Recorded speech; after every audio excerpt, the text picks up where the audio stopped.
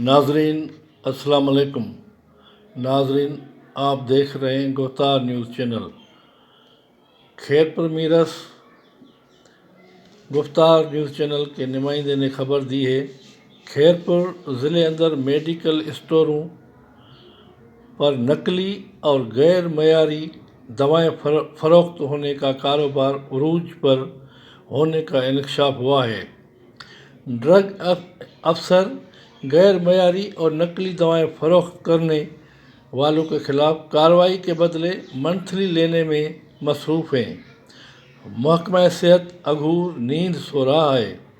नकली और गैर मयारी दवाएं इस्तेमाल करने के सबब आवाम मुख्तलिफ बीमारियों में मुब्तला होने लगा है।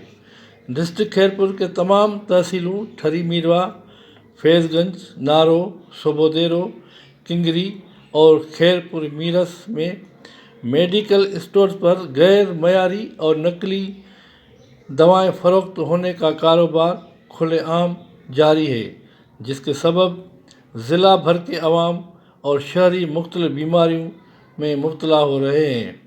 खैरपुर सिटी के शहरियों और मुख्तलिफ NGOs के रहनुमाओं ने शिकायत करते हुए कहा है कि नकली और गैर मयारी दवाएं इस्तेमाल होने से अवाम में बीमारियां फैल रही हैं। स्टोरों पर गैर मयारी और नकली दवाएं फ़रोख्त को रोकने के बजाय ड्रग के अफसर हर महीने हर स्टोर से 10,000 से 20,000 मंथली भत्ता वसूल करके मेडिकल स्टोरों के मालिकों को खुली छूट दे दी है, जिसकी वजह से इंसानी जानें ज़ाया होने का ख़तरा बढ़ता जा रहा है।